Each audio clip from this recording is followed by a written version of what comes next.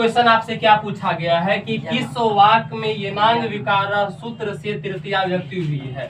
तो आपको बताना है कि ये 4 वाक्य है और 4 वाक्य में येनांग विकार सूत्र का प्रयोग किस वाक्य में किया गया है। तो पहले येनांग विकार सूत्र का आप सूत्रार्थ समझ लीजिए। येनांग विकार सूत्र ये कहता है कि जिस अंग में विकार हो, जिस अंग में कोई खोट हो, जिस अंग में कोई कमी हो, जिस अंग में कोई दोष हो, उसी में लगाएंगे कौन सा विभक्ति, तृतीया।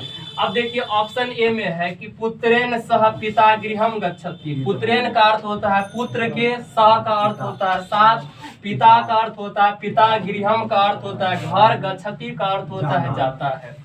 तो पूरा अर्थ हुआ कि पुत्र के साथ पिता घर जाता है। तो बताइए इसमें पुत्र के साथ पिता जाता है, अंग बताइए इस अंग में विकार है या किसी अंग में दोष है या किसी अंग में कमी है।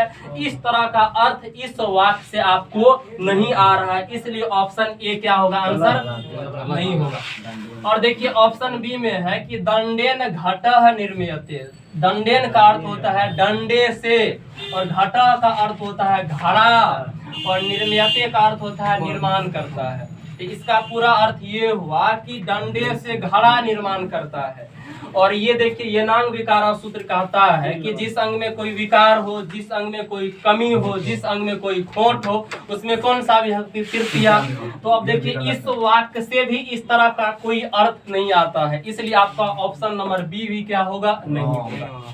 अब देखिए ऑप्शन सी आपका क्या है कि दिनेशः कर्णेन वधिरः अस्ति। दिनेशः का अर्थ क्या होता है, दिनेश, कर्णेन का अर्थ होता है कान से और वधिरा का अर्थ होता है बाहरा और अस्ति का मतलब है। तो बताइए दिनेश कान से बाहरा है, इसका मतलब दिनेश के कान में कोई कमी है, कान में क्या है, कोई खोट है।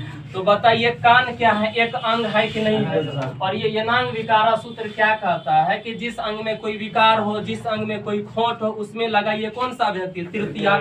इस तरह से आपका option number C right answer हो जाएगा।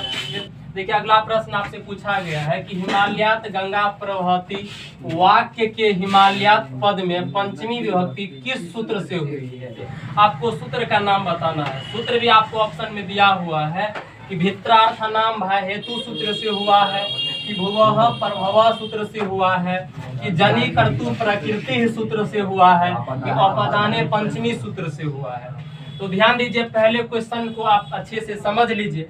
क्वेश्चन आपको क्या कह रहा है कि हिमालयात गंगा प्रवहति। हिमालयात का अर्थ होता है हिमालय से और गंगा का अर्थ होता है गंगा और प्रभवती का अर्थ होता है निकलती। इसका पूरा अर्थ हुआ कि हिमालय से गंगा निकलती है, ठीक है, हिमालय से गंगा निकलती है।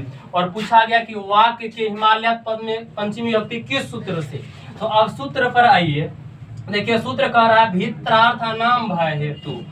तो ये सूत्र का सूत्रार्थ होता है कि भय के अर्थ में या भय अर्थ वाली धातुओं में और रक्षा करने अर्थ वाली धातुओं में जिससे भय और रक्षा की जाती है उसमें कौन सा विभक्ति, पंचमी। लेकिन इस वाक्य का इस तरह से अर्थ नहीं आता है।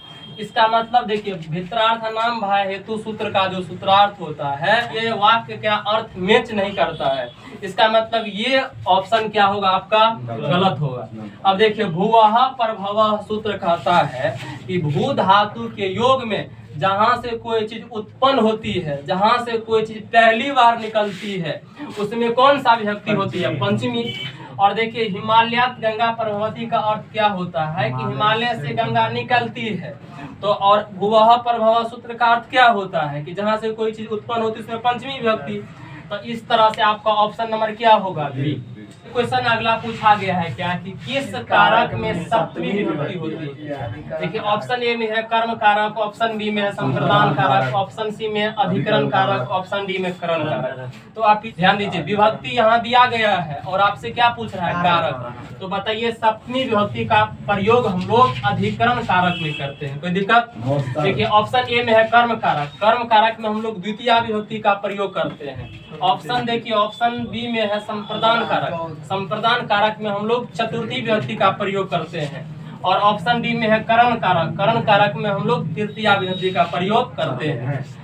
ध्यान दीजिए अगला प्रश्न आपसे पूछा गया है कि क्रिया के साथ किसका साक्षात संबंध होता है। इसमें एक पॉइंट को आप पकड़ लीजिए तो आपको क्वेश्चन आसानी से बन जाएगा। ध्यान दीजिए, क्रिया के साथ किसका साक्षात संबंध होता है। देखिए इसमें किसका बात कर रहा है, साक्षात का बात कर रहा है। तो आप परिभाषा पीछे से पढ़ करके आए हैं कि कारक का परिभाषा होता है क्रियान्वित्वम कारकत्वम, अर्थात क्रिया के साथ जिसका साक्षात संबंध होता है उसे क्या कहते हैं, कारक कहते हैं।